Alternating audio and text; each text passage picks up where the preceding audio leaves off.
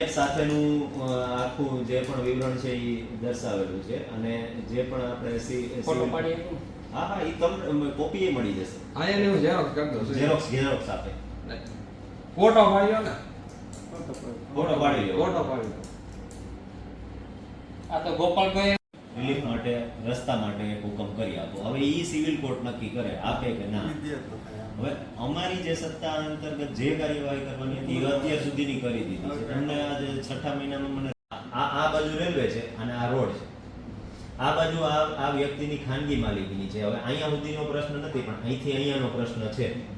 એટલે મેઇન વસ્તુ છે કે અહીંયા પ્રાઇવેટ માલિકી છે એટલે એમાં અમે એને રસ્તાઓ માટેનું ના કહી શકીએ. અને આ અત્યાર સુધી શું હતું કે અહીંયા શું કન્ટિન્યુ અહીંથી હાલતા પણ અહીંયા જે રેલ ગતરોજ જે ખેડૂત જીવરાજભાઈ સોજિત્રાની જે રજૂઆત હતી એ બાબતે આજે તેઓને રૂબરૂ કચેરીએ બોલાવી અને અત્રેથી જે 2022નો હુકમ થયેલો હતો એને લાગુ થયેલો છે અને એમના જે રસ્તાની બાબત છે એમાં જે આગળની કાર્યવાહી સિવિલ કોર્ટ અંતર્ગત કરવાની હોય એ બાબતે સમજૂત કરીએ અને એમના પર પ્રશ્નનો નિવેડો લાવેલ છે.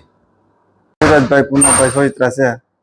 આજે મેં કાલ ગોપાલભાઈ ઇટાલી આવ્યા હતા વાત કરી હતી મુદ્દો હુકમને એ માયલું મામલતદારની કામગીરી પૂર્ણ થઈ ગઈ છે. એમાં જગ્યા વધે તો રસ્તો ખુલે મત જગ્યા વધતી નથી એટલે રસ્તો નથી થાય એમ સમજ્યા. હવે સાહેબ કહે છે સિવિલ કોર્ટ સાહેબ નહીં સિવિલ કોર્ટમાં જવાનું થાય છે તો હું સિવિલ કોર્ટમાં જઈ. હવે તમે કાલે ચીમકી ઉચ્ચારી હતી હા એ બાબત નથી ચીમકી બોલું. કાલે તમે ગોપાલભાઈની હાજરીમાં હા એક બોલ્યા હતા ભૂલ થઈ ગયા. હવે એવું કરવું નથી મારે. તમને સંતોષ છે ને? હા સંતોષ. હા